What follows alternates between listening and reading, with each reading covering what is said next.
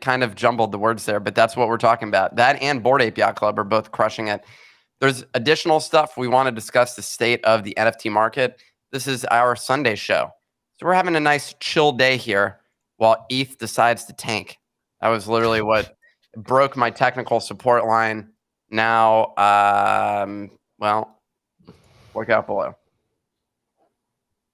Mutant Ape Yacht Club, one of the most notable projects, a project that we've actually been talking about excessively, not only on this show, but on our morning Twitter spaces. And by the way, if you like the show, you like this type of daily content covering the NFT space, please make sure that you like and subscribe. It really, really helps with the YouTube algorithm. Mutant Ape Yacht Club, a very notable project, a airdrop of sorts, and an expansion of the original Bored Ape Yacht Club. What we had been talking about on this show quite a bit for going on probably a month now is that the mutant apes were undervalued at the numbers that they were priced at because of the disparity between the cost for a Bored Ape, which was very high in the 35 to 40 ETH range, and the cost of a mutant. Mutants were trading between 3 and 4 ETH, trading sideways for quite a while, which was not far off what you could have gotten them for at original mint. And then also the final comparison, the third collectible in the Bored Ape Yacht Club collection, the Bored Ape Kennel Club dogs, were priced very close to mutants, even though they do not offer proper membership to the Bored Ape Yacht Club, but instead serve as a cool collectible that will be worked into the Bored Ape ecosystem in a lesser way than the mutants. And so what we are seeing now, it is believed to be some price discovery on the mutants with the floor price. With the floor price pushing 6 ETH, please ignore my jerky co-host. Go ahead, Nick. We both look like we have something to say. Captain Kix, what are you thinking here? I mean, I just think it's exciting to see it happen. I think that it's even more of a validator of the Ape Yacht Club. I guess we just call it the Ape Yacht Club ecosystem.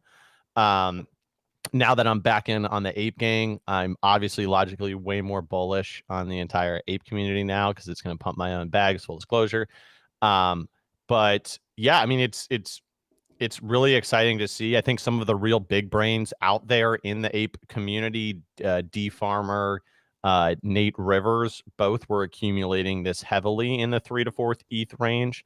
Those guys are very, very, very good traders. So when you see them bet, it's not too surprising. But for me, it's fascinating from just a multitude of standpoints, just because the fact that people want to get into apes, but they can't afford a Bored Ape, they're getting secondary access via mutants, but it's happening at a level that we've never seen with a project before. We never really saw this with Meebits and CryptoPunks because there's no kind of synergy. You don't buy a Meebit to get into the punk club. They're two separate projects, whereas the people behind the Ape community, the founders, very innovative. They created a more of a synergistic play here. An expansion of the original club. Yes. I just want to say, and that was literally how they phrased it. They were like, we want more people involved in the community. It wasn't about them making an additional $80 million. So what we, in terms of the price of mutants, though, your boy here, me, we've been discussing, we need another thing here that instead of saying Discord that says like and subscribe, because that's the most important thing. For people that are on YouTube. Oh, look at that. Would you look at that? And I've been saying for the longest time, mutants are underpriced. I still think they I think they're going to appreciate to be like 1/3 or at least a quarter of what I'm totally with you. And I saw some great conversations on Twitter yesterday where what essentially people think is going to happen is that clean MAYC, so not droopy face, not like gut shirts, not fucking tentacles shooting out of your mouth, like clean trait MAYCs could eventually one day trade close to low end BAYC, because if it's both getting you into the club, then like a clean trade MAYC that looks really good could theoretically, like this right here, that's clean, could theoretically trade one day, not at low end BYAC, but relatively close. So with MAYC, you may see this like very interesting kind of like price disparity where like if you want to get into, for lack of a better word, like an uglier one, it's going to be at, significant discount. Yeah, to a premium one. Another thing I looked at yesterday, which was really fascinating, is that Mutants pretty much went to 10 ETH right away after it dropped. So I don't even like consider its like original price to be 2.5. Its original price almost got to a 10 ETH floor, right? And then if you look at Meebits, they didn't pop, so they kind of sat at a 2.5 ETH floor. Meebits retraced 70 to 75% to 0.7, and then in the next bull run peaked at 7 ETH, so a 10x from the bottom to the top. Mutants did a 70% retrace from 10 ETH down to 3. If you apply the same 10x bottom to top, then in the next bull run they could potentially get up to 30. I'm not saying it's going to happen, but it's fascinating to me that Meebits and Mutant Ape Yacht Club were both very similar in terms of mechanical structure. Both had an identical retrace top to bottom. And the only difference is Mutants are way fucking better. The primary reason is because it gives you access to this community. And that matters primarily for the interim. Like the distinction is some of these projects basically issue an NFT and then they disappear. Like they're just gone. Like they're working on things. Now, that's all good. And I think working on things is actually what you want out of a team. The distinction though is like you miss that interim action where you're the focus of conversation. And you had referenced Andy of Fractional, who had said attention is the most important. He stole that, by the way, but I'll let him. I'm sure it's been said many a time. It applies to a lot of me. I'm the first one that ever said it. And basically, understanding that attention is key is like so fundamental. And Bored Ape Yacht Club has managed to continuously do that. I think of the Rolling Stone cover that's going on right now, basically. And then you have Jimmy Fallon, you have a combination of things where it's just like, that's the whole conversation. And at this point, what can CryptoPunks get? Like, what storyline are they going to get? Another rich person bought it? That's all that they can do. There's no, and it's rich almost people and like institutions. Yeah, and it's almost like Punks is like, and I'm making generalizations here, but it's almost like Punks is like the rich old person play, and Apes is like the rich young person play. If that makes sense, right? There's kind of like a cool hipness disparity in a sense. Yeah. Well, one thing that Tropo Farmer, notable ape Tropo Farmer, said that I think is a good quote is he said that punks are history, apes are culture. And I think that people think that apes are. Yeah, it was a great line by Nick him. Probably came up with that one too. I invented that. Tropo, as usual, stole it from me, but dude, respect to Tropo. When you think about like, a younger buyer or even a person in media, right? You saw Jay-Z buy the CryptoPunk. Well, Jay-Z has a history of buying like Jean-Michel Basquiat paintings, having sort of like taste for fine art. I'm not that surprised that he went ahead and he went for the home run. He got the CryptoPunk, right? But someone like Jimmy Fallon that's like young and kind of cool, and he probably saw the ape and he's like, oh, that's cool. Let me get that. That's like the way that I kind of look at it for the Bored Apes. Hot take, Jimmy Fallon is cooler than Jay-Z, according to Pio. I mean cooler. Wow. I mean cooler like in an NBC like 30 Rock way, right? Whereas Jay-Z's cool like an absolute OG gangster way, right? I literally. All right, dude. All right. Can I finish my point? I also think that dude, such a jerk. Another huge differential. I'm a real nice guy. And the moves right now may be due to it, but there is the Bored Ape Yacht Club token on the horizon. That's going to be huge. I think that, for example, I think Nick O'Neill, Nifty Nick here is going to get airdropped Yeah, dox you. You dox me when I'm not doxed. So I think Nifty Nick over here is going to get airdropped $100,000 worth of BAYC token for holding the apes for so long and for having as many mutants. You have to assume if it's anything like the ENS airdrop, you're going to get a big fat bag for being the longest holder out of all of us. I don't know if Kix over here is going to get credit for holding a dozen apes at one time. It'll be interesting to For a see how whole it month and a works. half. Give me some tokens, motherfuckers. You probably will. You'll probably get something. The other play that I think that we haven't I'm talked literally about yet. listening you spit into that jar. It's fucking Oh, sorry. it's disgusting. My bad. I'm I'll sure fix it. podcast listeners love that audio. You know, I'm drinking water.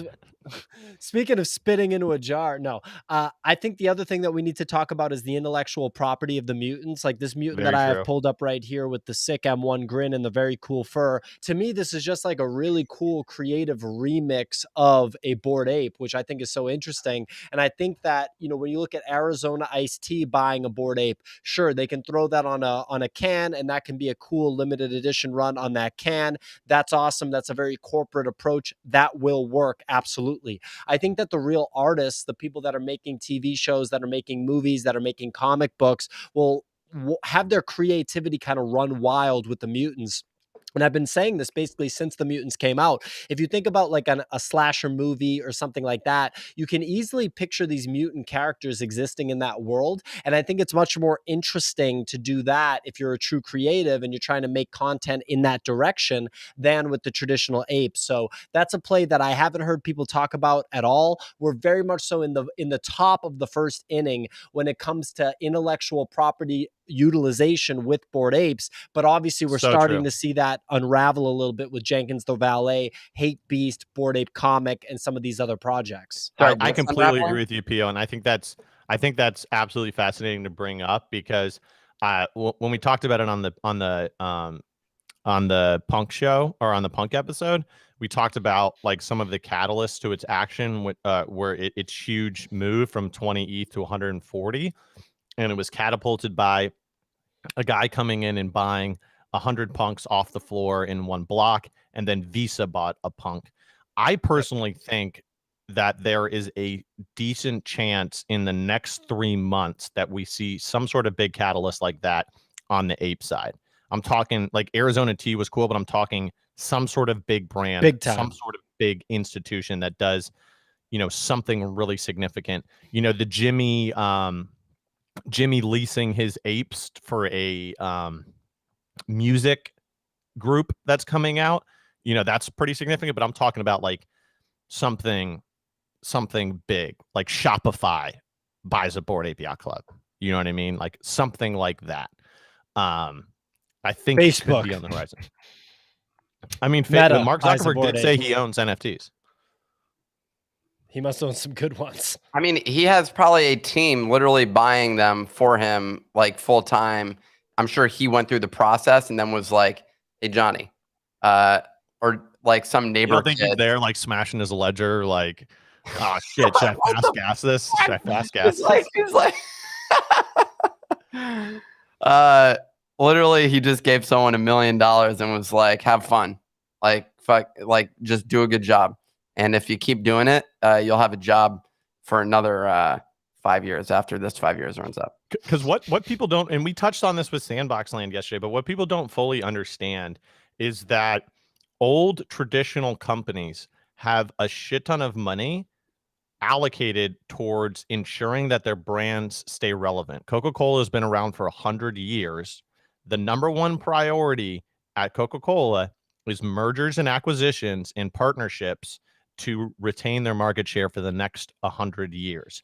And we really haven't seen any of these big brands push into NFTs, but it will be a waterfall effect. Just like when Steam said no to NFTs, Epic Games said yes to NFTs, Facebook comes out and says metaverse, every other publicly traded tech gaming company out there all of a sudden says on their investor calls, NFTs, yeah, we're doing NFTs. Dude, Disney literally, well, in addition to having an NFT, is now launching a metaverse.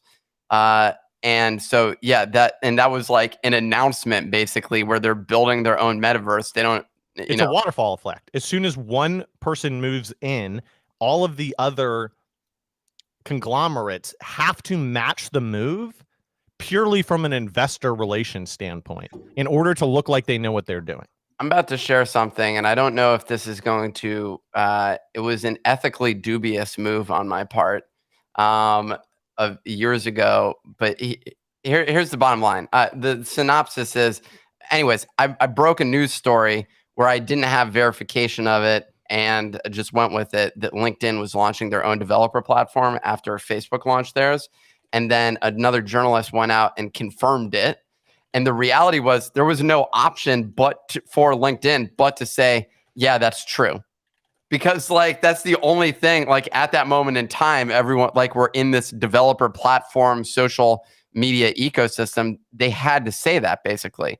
And so as you're saying, Nick, literally everybody is going to go out and announce that they're issuing a metaverse. And so we're going to see it. And this is going to become but Mark Zuckerberg on Gary Vaynerchuk the other day, one of the best interviews of Mark Zuckerberg ever. I have to say. His makeup team is doing a great job too. He looked like a human this time around. And he sounded like one. That was the thing that was crazy is like Gary makes him personable by basically like being like chilling and like he's a good interviewer. He knows how to create an environment that's relaxed. It's not a CNBC interview. And so something that Gary and Mark were talking about was the timeline and the time frame of all this stuff existing. He's like, I'm putting in billions of dollars a year into our metaverse team.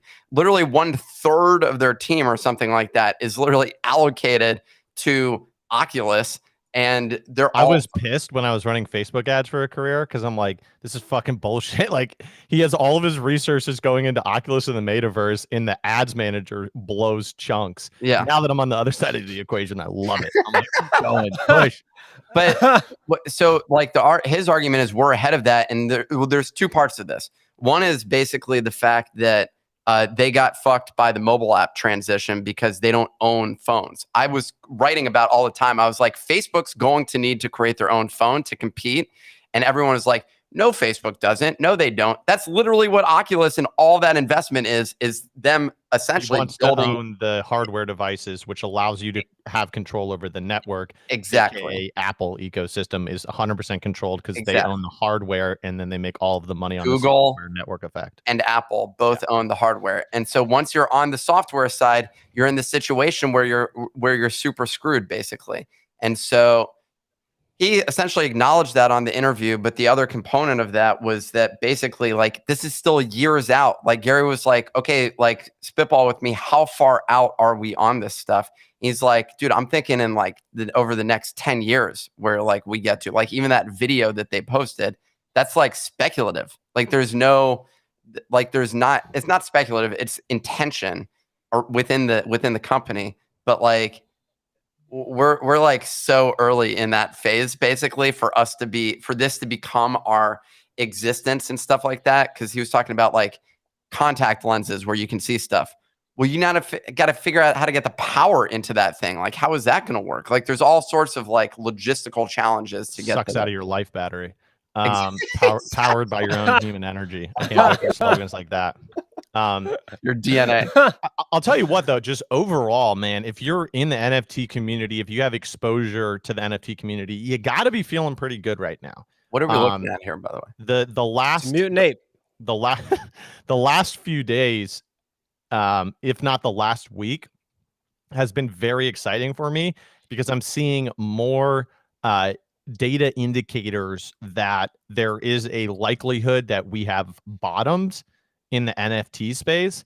And I'm actually proposing an interesting thing that may happen, which is that in this later stage of the super cycle, we may have NFTs go up and tokens go up, but they work off of each other. So right now, tokens are cooling off.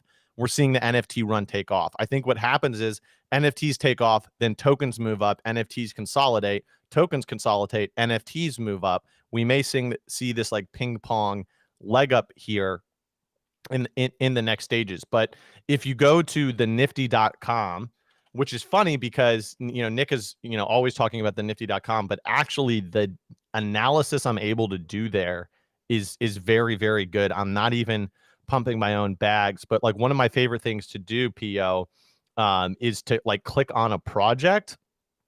Like you can go down and click Sandbox. Dude, there's some good shit I want to release this. I like haven't even coded the next level, but like I'm very excited about what we're gonna do. Yeah, so like if you look at Mutant Ape Yacht Club, you can see like, you know, the trends on the floor. So that's a beautiful lineup. And if you look at that line, you still haven't seen a blow off top. That just looks like a nice, healthy price appreciation. And then if you scroll down and you see the column chart, this kind of stuff is what I love to look at. So, and you're seeing this across the NFT space, which you're seeing just huge volume pops and then follow through. That's the whole thing. One day of a pop isn't enough to be considered a technical like breakout of consolidation, but back-to-back days is definitely an indicator of a trend reversal. If you want to go back and also like, so, you know, Mutant is doing good. If you go back and you look at Sandbox,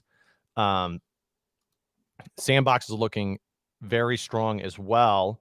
Also enter your email address on there when you visit, because there's some cool stuff that's going to be coming out. So if you like, medium price history is trending up steadily, but then if you go at I love the sales history columns. It's just visually great for me.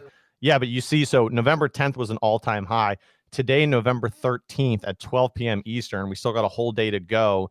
We've passed the all-time high of November 10th, You want to scroll up, PO? So which will probably send it 30-40% above all-time high on volume. So seeing follow-throughs like that is very exciting for me. Dude, this looks, yeah, this is really good. I'm really excited about my one fucking plot of land.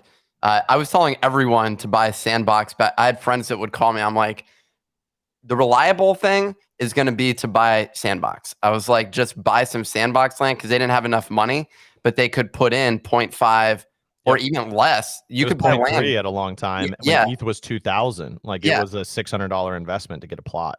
Yep. So you can definitely, someone says tracking ETH versus ETH while ETH is 2x or whatever is misleading. You are correct about that. M123123. I like to trade NFTs and USD prices personally.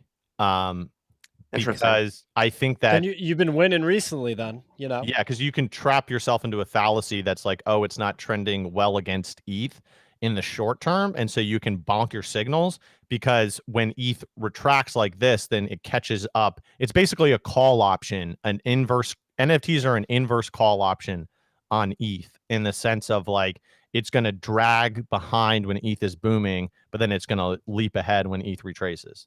M123, I'll add a toggle on there so we can switch between on that, on the median price. I love the median price as my primary indicator of everything. It's better than the floor personally, just because you get to actually see where really the action is in the market, not this like, the floor is one like that's misleading. Outside of strength of the floor, which is nice to see, the leading indicator is really just the fact that people are spending money at a given price point, and that's the most important thing. And in a really bullish scenario, you should see that median price spike up way before, or at least a day before of the actual floor. And a perfect example of that, PO, if you want to take a look at Bored Ape Yacht Club, the charts line up perfectly to what Nick is saying there.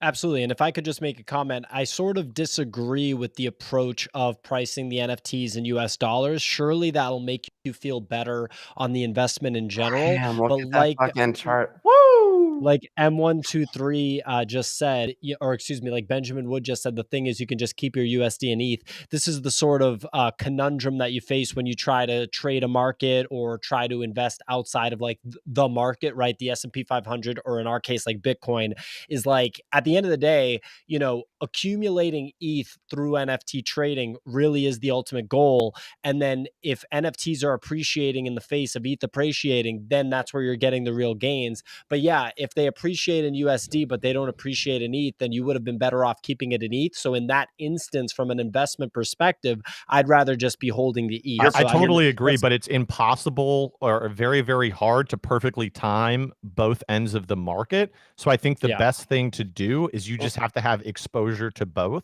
And you're paying taxes in USD. And you pay taxes in USD. You have to have 50% in NFTs and 50% in crypto. And therefore, like, no matter what's happening, you're happy. But I think that strong NFTs will still, in the long run, outpace Ethereum. And everyone says ETH 10K, ETH 10K, ETH 10K. I think it can eventually get there, but I think the thing that people have to look at is that ETH is trading more and more like a blue chip. The higher you get, when you're worth $300 billion, to go from 300 to $600 billion is not an overnight occurrence. It's going to take a lot of time. And so I think you just kind of sit part of your bags in ETH, sit part of your bags in NFTs. I think NFTs will out appreciate ETH in a 1 year horizon potentially. I hope so. I fucking hope so. A couple comments. Pio, first mouse over to see what the median price just spiked up to on apes there, because in a bull run we see the floor move towards what that price is. So 46.6. I like that fucking number. So I would love to see this go to even 44, 45. We're seeing the floor come down a little bit. There's a gap, I think, that's occurring where people are getting the nicer ones that they want, but we've seen some great ones on the floor. One other thing to mention is what Liam posted a comment here. He said, even if you get into NFTs, shouldn't you be prepared for 50%? I'm prepared for more. So my bag went down to maybe even 400,000 or something like that, which is insane. I put in 30,000 into this ecosystem. It went up to 1 million, came down to 400,000. We're looking at right now like 600 to 700 right now, and which is great.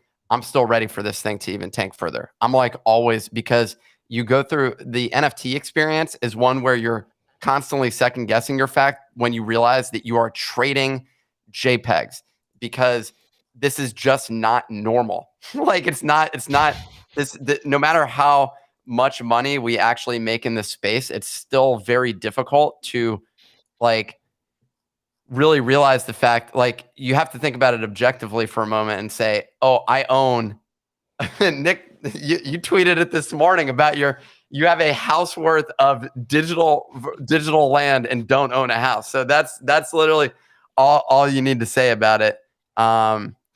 Well, I was saying yesterday, like, what if someone in like, I don't know, rural Tennessee found out that Nick bought a plot of digital land for like $60,000, and that's literally how much you can get an actual plot of land for down there that they can't afford. Miss out basically in that they're gonna like vote to like tax me at 95%. They're gonna be like, this should not be allowed. This unproductive piece of shit in our society should not be allowed. I just had my first Sandbox land sale. Ever? 12 days ago. You've only been holding this whole time? Yeah. Well, let's hear it. Damn. I bought it 12 days ago, 1.5. Sold it today, 3.5. Nice little 2x and some change flip. And I kind of regret it. Which means I'm probably going to hold the rest. You gotta always take, dude. When you gotta trim a little bit on the way up, right? Well, on the way up, you never know when it stops. Because one thing about NFTs is the way up. When it stops, a lot of buyers. When it stops, no buyers. Lots of undercutting. It's ugly. It's a sharp cliff, basically. Yeah, it's like all the buyers at the same time are like, we're done. It's not. We don't want it. Like the stock market. Actually, the stock market will spike down as well. But yeah, when you see, like, my favorite thing is when you look at some people, like when I was shopping for apes and you look at the listings on the apes, you see these guys and they just relist up the whole way up, never sell it because they keep repricing it in the bull run to where no one wants to buy it. And then they reprice it all the way back down during the bear, back down to like way lower than they were trying to sell it at multiple times.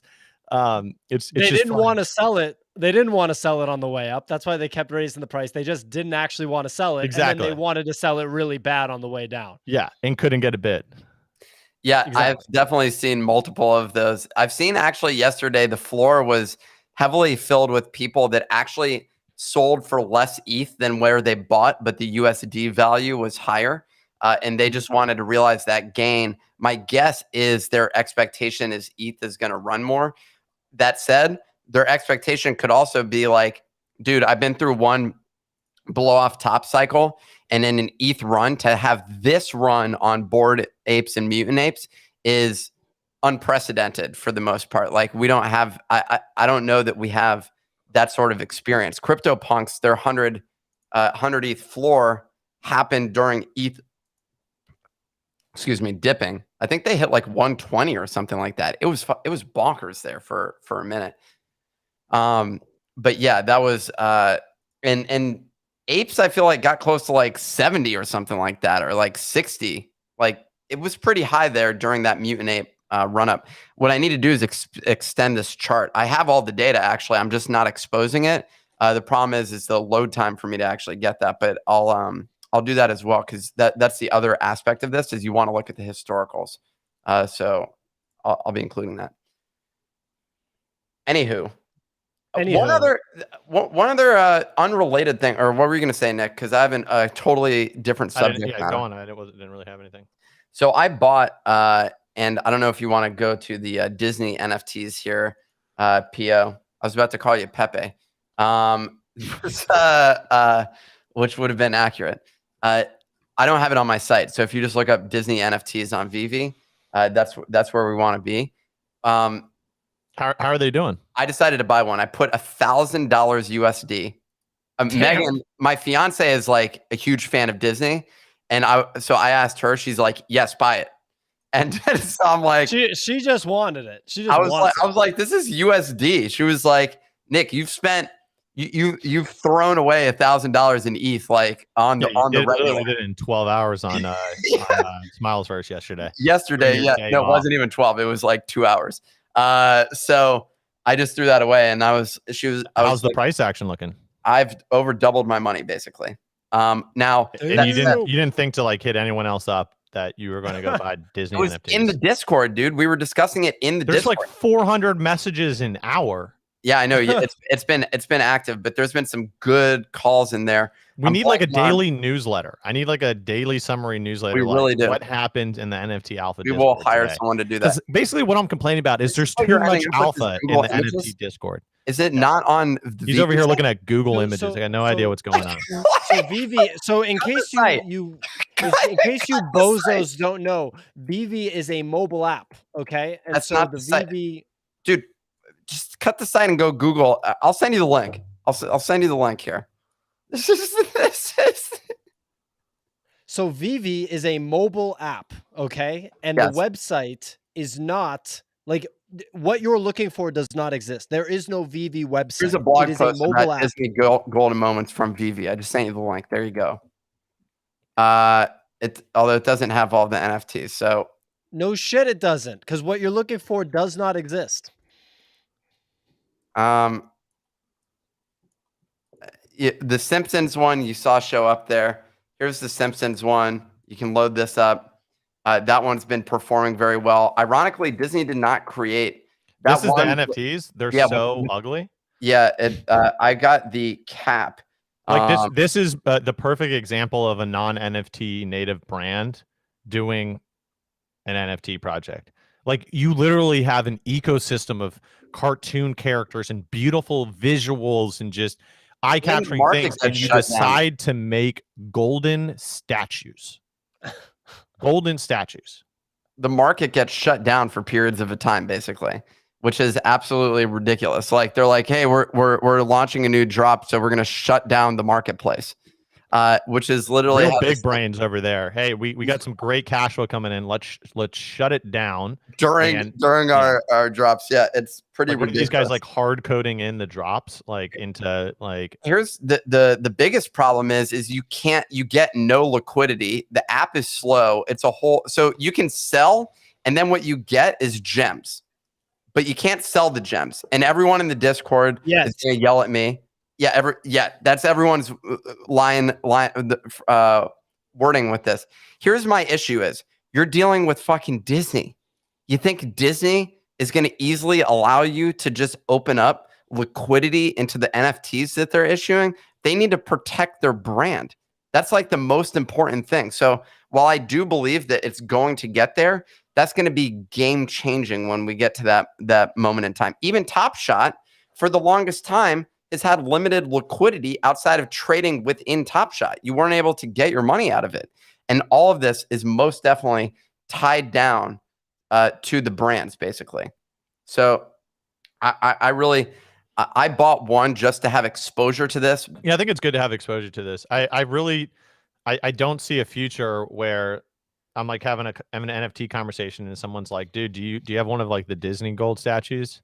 Oh, you don't? How can you really be in NFTs if you don't have fucking what's the guy's name? Walt Disney? Is that good old Walt right there holding Mickey That's Mouse's Walt hand? holding Mickey's hand. That You old, can actually that on old the app, racist bastard. they also have an AR thing, so you can like place it on the on your desk or whatever on your table, and then look at it in like life size or gigantic size, which is a cool trick. It's novel, but yeah, I mean, as someone else said, the comic books are cool. The comic books do look cool.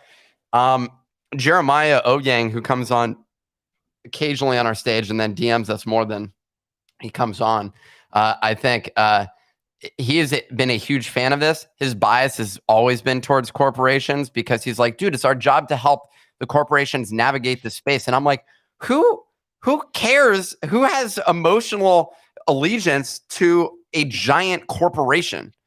A lot of people do to Disney. A lot of people do these days. I'll tell you that Disney, definitely. It's usually the people that are like tax the rich. They also like are obsessed with corporate things. It's the biggest irony of all time. Tax the rich, and I fucking love Disney. Let's go to Disney World for the 8th time this year. Yeah, exactly. I'm like, they're like one of the largest global polluters of. I'm just making up information now, by the way. They're literally the largest global polluter in the world. Yeah, not sure what they're polluting, but well, they have cruise ships. They have Disney Cruise. Cruises are by large the largest human source of pollution in terms of like per area per person. But anyways, that's the end of that. Anyway, I don't know if you're. Someone said Pokemon's on Vivi. I have no idea. I said it's gonna get on Vivi. It's not on Vivi yet. I would have known about that, but it's going to be on Vivi because the guy that founded Vivi's Khan, I forget what his first name, Alfred Khan maybe or something like that. He is the person that brought Pokemon from Japan, rebranded it, and brought it to the United States. So I have to think that relationship will extend to Vivi. The fact that now I load the app and I can't check the price of this asset that I own is so ludicrous. They can't even catch that data point. This is like a basic thing that you could put that you can add from a development standpoint. I just don't understand. It's like mind-boggling to me right now that they don't have this sort of stuff because no one's in there to look at their stupid image. How often are you going to your NFT profile on OpenSea to be like, wow, that NFT, because you wanted to look at one that was so beautiful? Never. Yeah, Shirag right here. He said, this is Shirag from Bahrain. You guys are... Oh, I appreciate it, Shirag. Yeah, shout out to... I thought you might have a question. Really appreciate the love. Appreciate the donation. Thanks for the support. You so much, Shirag. Appreciate your support, man. We'll make sure to, me and Captain Kix here are going to, use that money for good, and we're going to keep it out of Nifty Nick's hands. So I mean, I guess as far as anything else goes, would you guys have any closing thoughts on this little bank account that I control currently? But yeah, that's listen to this jerk. You guys listening to this jerk? Closing thoughts here. Do we think that this will be a sustained bull run? Do we think that ETH will continue to go up? I know what I think, but I also know what Mr. Technical Analysis on the bottom of the screen thinks. Let's go. Let's take a look. Let's do it. Your models are broken. Turns out I've been pretty much spot on with a lot of this. It was following a lot of the action I was expecting, but right now we're experiencing a little bit of a challenging technical point. I drew this line down here where I'm looking for my next support line. So next stop on this choo-choo train, we got to test 44.57, somewhere around there. 44.50, whatever it is. Yeah, I think worst case for it is 4K. That's the moving average 50-day trend line. Would be at like 4 to 4.1. I got to learn how to use this tool in order to get that right. Just walk through. But yeah, I definitely don't think that the bull run is done for tokens by any stretch of the imagination. I'm just not necessarily a subscriber to like everything's just gonna absolutely explode.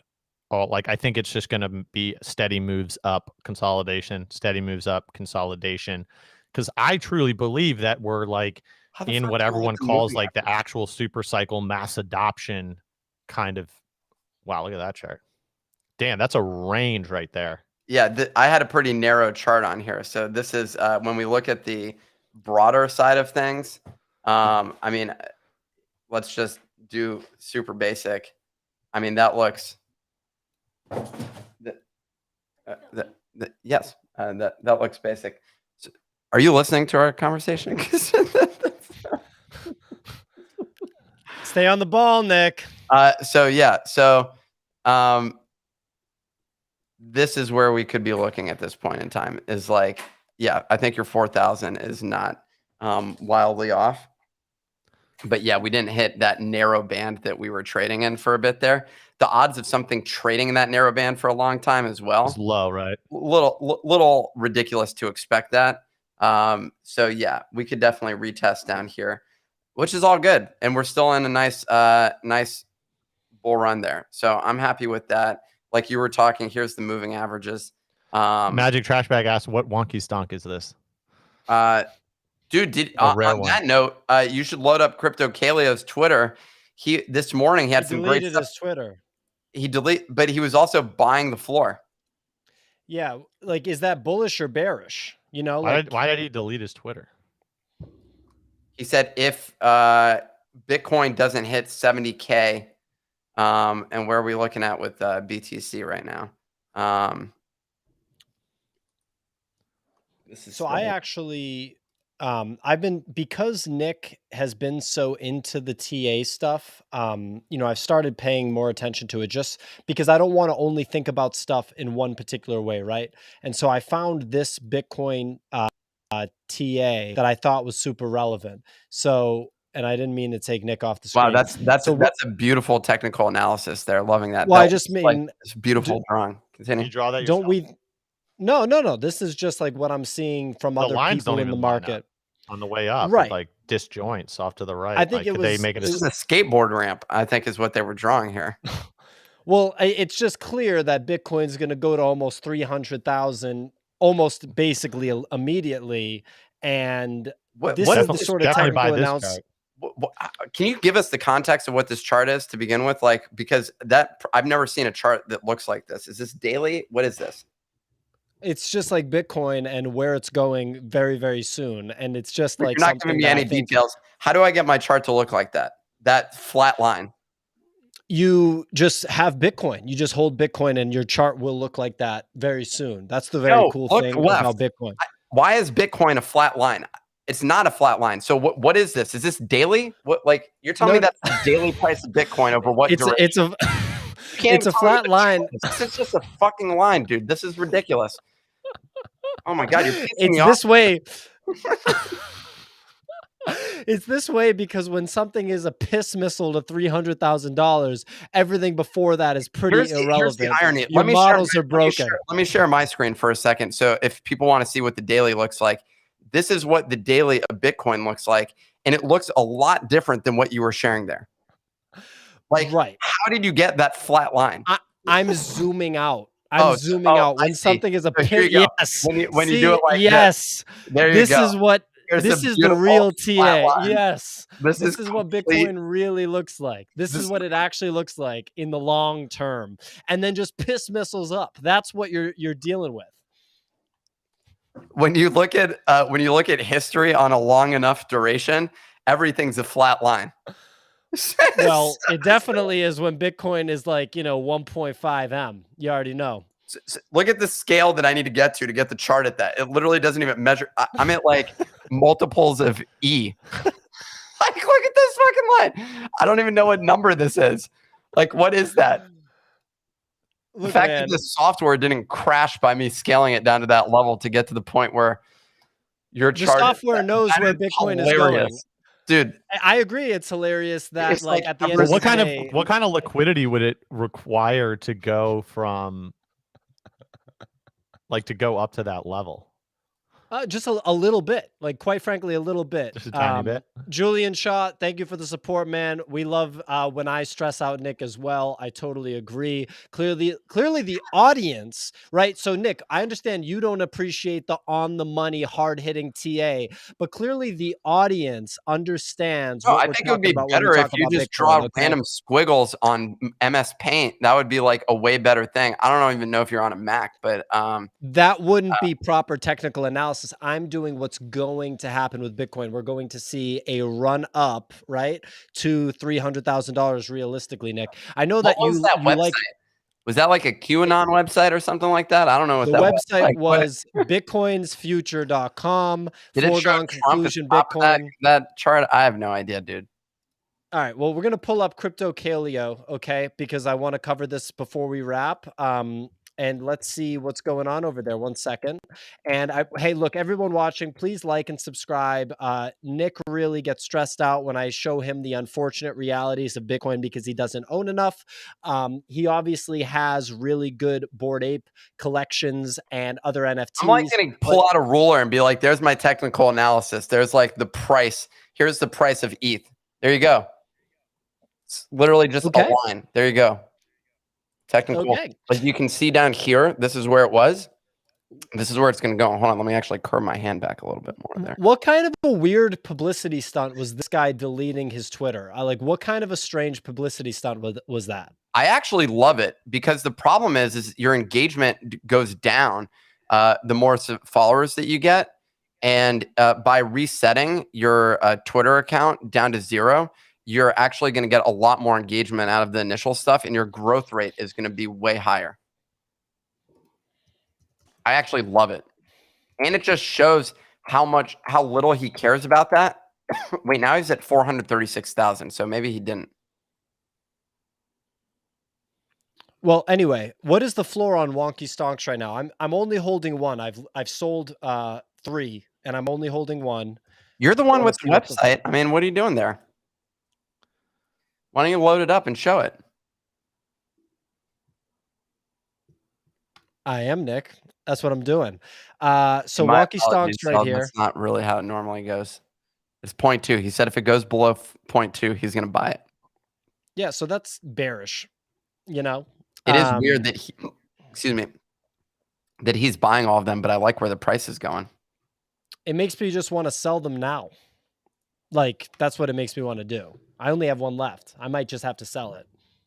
Speaking of him, I've been wondering about that for us. Like, how many NFTs should we be allowed to buy? Should we get any for free? We're going to ask in our Discord. We should not get any for free. That's what I'm asking. Should not get any for free. I told Megan that, and she was saying that's messed up. Look at all that I've done for you. She can have one for free. Megan deserves one for free. But I'm going to buy it. These 3 schmucks. Am I going to buy it and give it to her? Like, how's that going to work? You should give it to her because she has supported our community. She's been a massive support. These 3 schmucks on the screen right now should have to buy the NFTs ourselves. But so do we have, like, does that mean that we're going to issue 100 free NFTs? Like, how is that going to work out? 100 is a lot. But 50, I'm just making up a number basically, because then I'm like, okay, well, if I give Megan a free one, so are you going to give your mom a free one? Like, no, Pio's going to give. I have a large extended family, so. No, we're not doing that either. And Megan then someone was like, well, you shouldn't be selling to your friends and family. And I'm like, that's exactly who I'm going to sell to and tell them to hold it forever. Okay, sure. If you want to buy one and give it to someone else, the reason Megan objectively, I mean, first of all, we can have this conversation not on YouTube, but I like the idea of giving contributors like Easy Eats and Jesse and Whoppy and Signal, like these people, free NFTs, right? And then let's discuss this in a fucking business meeting. I know, like Nick wants to do this on camera. Dingleberries. You don't need hit the breaking news button. Hit the breaking news. Hold on. Yeah. What the fuck's going on? Hit it. Do it up. There was breaking news. NFTs may be back in a bull run. Stay tuned for more details. And that's been our show. Thank you. This was the Nifty Alpha. Thanks for joining. Subscribe, like. We went off the rails there at the end. Thanks to Pio for doing that. And here's the thing. There's some juicy alpha in our Discord. Yesterday, or Friday night, our team was all over Dom's stealth launch. Made a lot of people in the Discord a lot of money. We've been dropping alpha. Nick's been saying, get your booty in MAYC. We've been bullish on Sand. We've been bullish on Botto. We're hitting wins left and right. And here's the thing. We're not just going to be this other Discord that just does, oh, let's all buy into this pump and dumps. We're talking about giving you all access to tools that is going to fundamentally change your way to evaluate, buy, and sell NFTs. We're talking actual utility. We're talking stuff that's gonna put you at an advantage. You can be 60 IQ trading like you're 120. You don't want to be 120. You want to be trading like you're 150. Don't get lost in that middle range, but get ready for what we're about to bring. Get ready. You don't want to be 120. You said trading like you're 120, but you don't want to be in that range because you want to be at 160. So actually, it's going to be 160. That's where you're going to be trading at. So there we go. I love it. Like Buttheads. Buttheads is like a long-term play. Dude, yeah, you got to think long-term with those. I literally said those are going to the moon. And it went into the dumpster. That was where it went. So, I thought it would be fun regardless, but fortunately it was like 0.02 ETH, I think is what the floor was during that. But come in the Discord and get pissed off about us, Mehmet. So let me know. But please subscribe. Please subscribe. Smash the like. Peace out. Please. It makes a huge difference if you like and subscribe. I don't think 180 IQ is the top of the what's the top of the IQ range? It is 198 is what someone tested. Holy shit. Yeah.